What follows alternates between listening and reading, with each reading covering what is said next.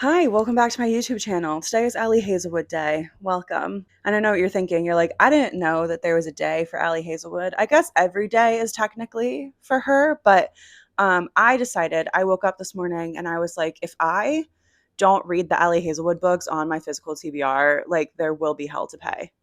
I've decided. The book that I am currently reading is This Cursed House. I am participating for the first time in Summer Ween, which no one told me was a thing. I only found out about it like recently. What rock have I been living under? I know. I'm really enjoying it. I am about 30% of the way through, and I will definitely, obviously, be finishing this after either tonight or tomorrow. After I Ali Hazelwood my little ass off. Now, on to Ali.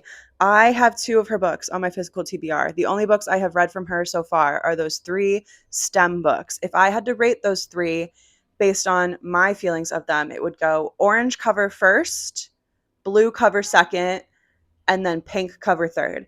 Don't ask me for a single name of any of those books. I don't remember. What is it? Love theoretically. Love Orange is like love theoretically, right? Right? And then the blue one is love hypothesis.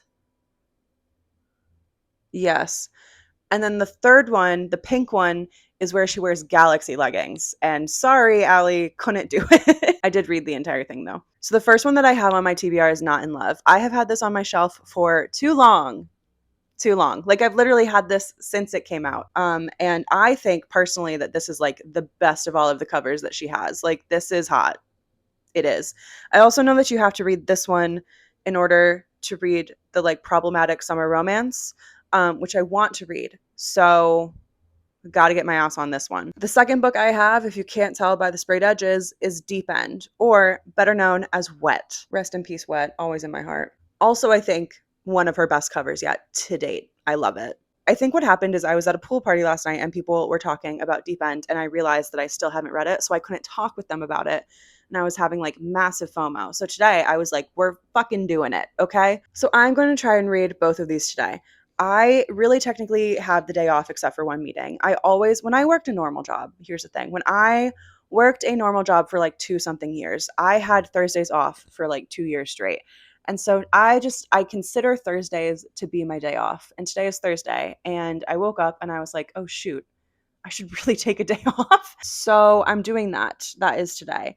Also, we are now at the end of the heat wave that we just had, where it was 100 degrees for a few days, and during which time I did not leave my apartment for fear of melting through my bones. Today it's supposed to be like 75, 80 degrees, which I think is perfect. So I'm going to go outside and read and like be outside my apartment as much as possible since I haven't really left it for 3 days. But yeah, I figured I would make one of my like super shitty and awkward reading vlogs for you guys for this, for my like 50 viewers. One of which is probably my mom watching it 5 times. Anyway, let's do this. We are going to start with Not in Love. I'm going to walk over to my favorite coffee shop and sit for a little while and read. It's around like 8:30, 8:40. They open at 9, so I'm hoping to get a table when I get there. But I'm going to bring Not in Love with me, and I'm going to pick some like really unfortunate copyright like free music to play in the background while I record. So enjoy that.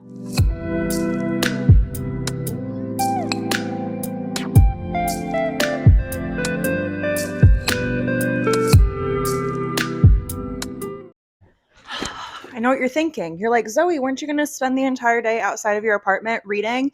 Yeah, bitch, I thought so too.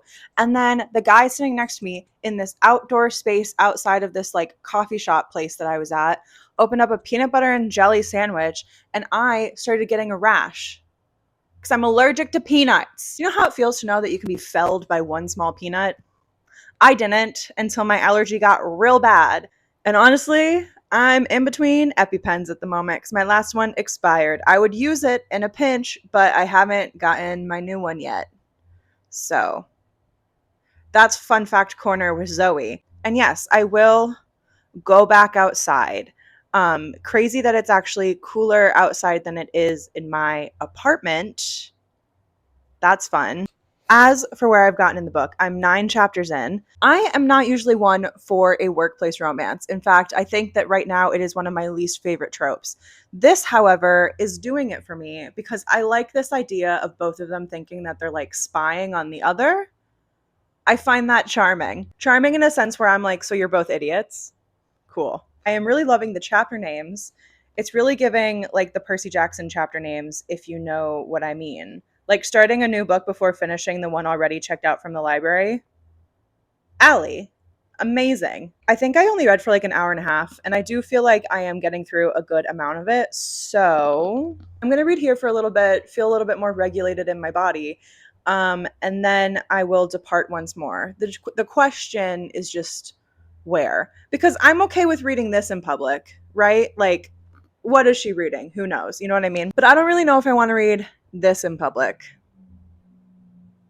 So unless I'm like in a corner and you can't see what I'm reading.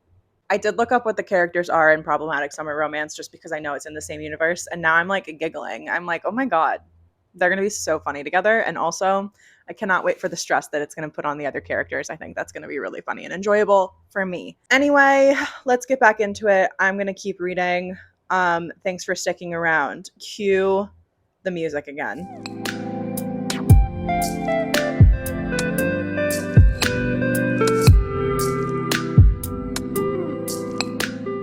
Okay, I'm getting ready to go to this meeting.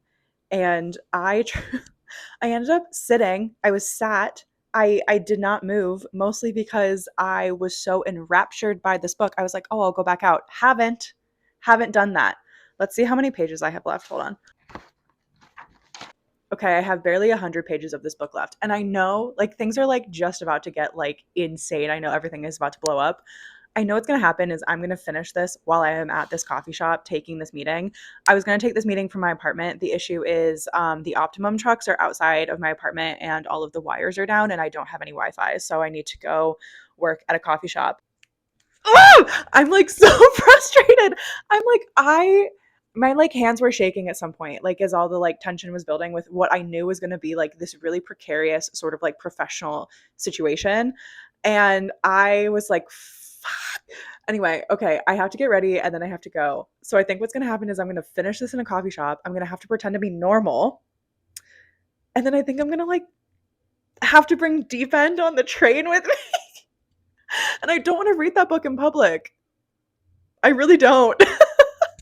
But I might have to. Okay. Anyway, let's get ready then.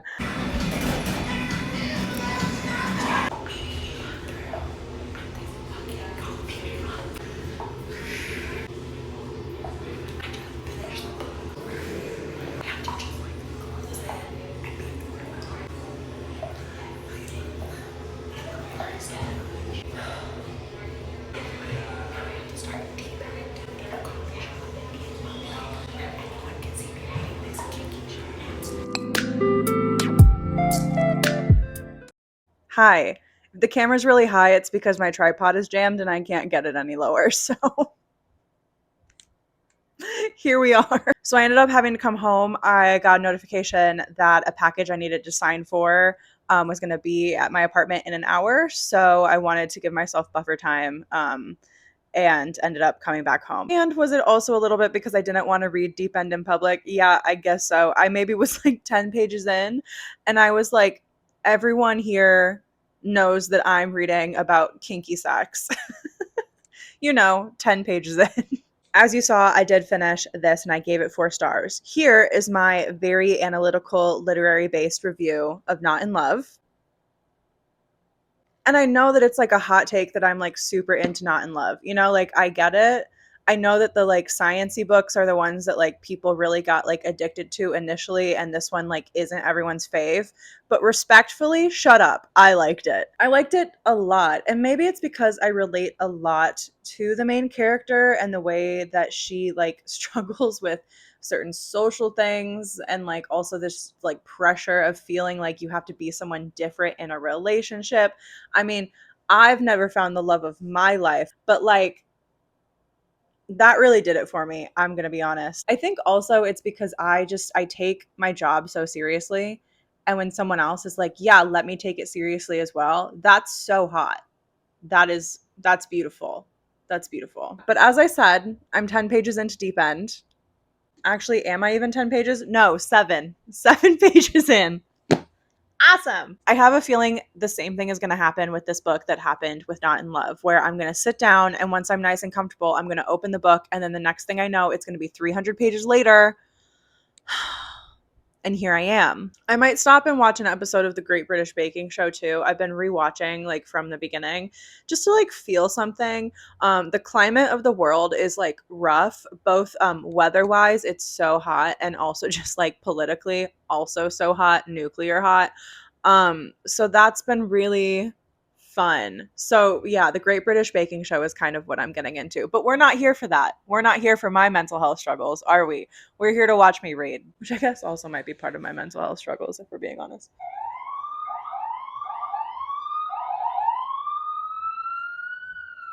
They know I'm reading smut. All right, and I'm going to keep saying this joke because I think it's funny as hell and you can't say shit about it, but let's dive back in to Deep End. Good one. Okay, it's 7:30.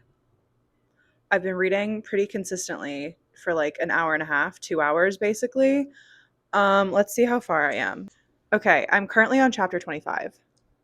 I'm gonna go for a quick walk to the fancy grocery store around the corner from my apartment. I'm gonna buy an Olipop. This is not sponsored by Olipop in any way, but if they wanted to, like, I don't know, if they wanted to send me like 3 cases of their strawberry vanilla, I would not be opposed. So yeah, I'm gonna go on a little walk. I'm gonna get my little Olipop, and then I'm gonna come back and I'm gonna finish this damn book.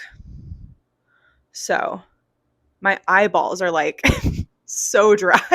Okay, so I went and I got my Olipop because it's 2 for $4 at the fancy grocery store, which is great. I then was like, I'm going to treat myself to tacos because I realized I hadn't had anything to eat other than the scone I ate this morning. So then I went to the taco place and I was like, can I have 3 carne asada tacos? And they were like, yeah. And then they billed me for the carne asada tacos because those are like $1 more than the other ones. And then he was like, I'm going to make them. And I was like, great. And then he like went to make them. And then this girl goes, oh, we don't have carne asada. And I was like, that's all I want. So then I got chicken ones and I didn't have the like confidence to speak up to be like, well, then can I have 1 extra taco? Because technically, if each of the carne asada tacos are $1 extra from all the others, then that means that I have another chicken taco that I could technically get. But I didn't want to inconvenience them, so I didn't. And I mean, listen, I got a good deal on these Olipops, so I guess it all works out. But what if I don't like the chicken tacos? Anyway, I am liking Deep End.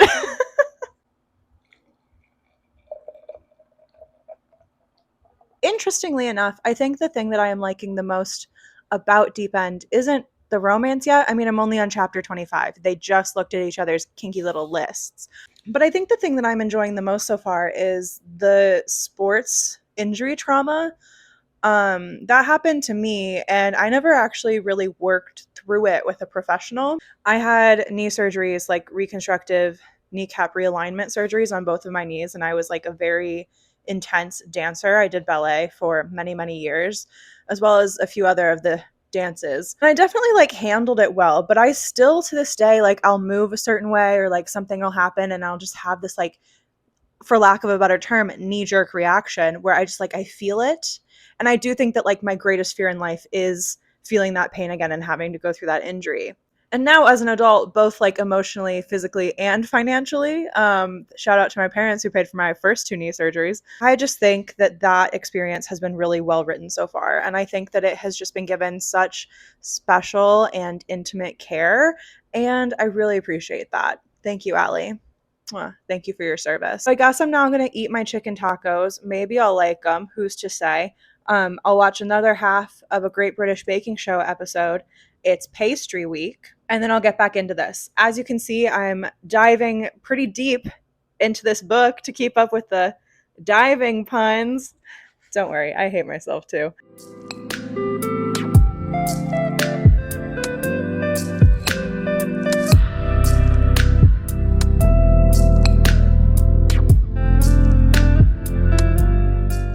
Yeah, so maybe this is a romance book and I'm like not supposed to care, but I'm on page 159. If you know, you know. Aren't there cameras in these college labs? These labs that have like so much fancy expensive equipment. There would be cameras, right? Am I supposed to be suspending disbelief here? Is that what's supposed to be happening? Cuz I'm having a difficult time doing that. Anyway, yeah. Hey, happy midnight. I literally finished this book at midnight. This bitch. Let's talk about her.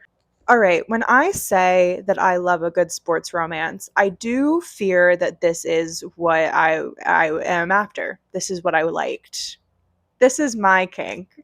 I think what makes a good sports romance, and I have talked about this probably actually more on my YouTube channel than anywhere else, is that when the sport itself is so integrated into their relationship. I think there is a difference, and I'll say this with my full chest, between an athlete romance and a sports romance. An athlete romance is when they're both athletes, right? And they just happen to be doing athlete things. They do sport. And they're also falling in love at the same time. But like the sport isn't really relevant, you know? A sports romance is when two athletes are actively engaging in a sport and that sport impacts their relationship as much as like their level of intimacy impacts their relationship. And that's all I'll say on that topic. That's a lie. I'll probably talk about it way more. I just think, first of all, that Ali Hazelwood might be a god. Crazy. I know.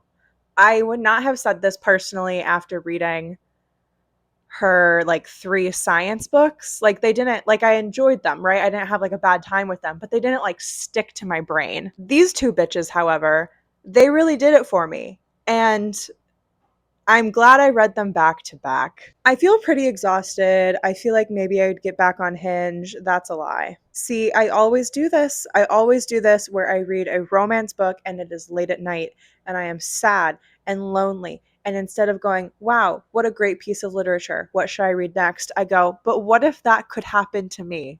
As if I, a 29-year-old who could barely get through one kickboxing class, has the same I don't know, probability of falling in love with an Olympian swimmer as this hot 21-year-old diver, get over yourself. Also, what Olympian would be waiting for me on Hinge? An Olympian of wasting my time? Okay, I think if I had to give, I haven't yet. Listen, you're getting all of my unfiltered thoughts on Deep End. I'm going to be honest, wasn't as kinky as I thought it was going to be. I know. You're going to be like, "Zoe, what do you do in your spare time?" Don't worry about it. Nothing exciting or sexy at all. You've seen my reading vlogs. You know how often I am alone at night reading. I wouldn't say that this was like a kinky sex book the way that it was like being marketed to me, at least.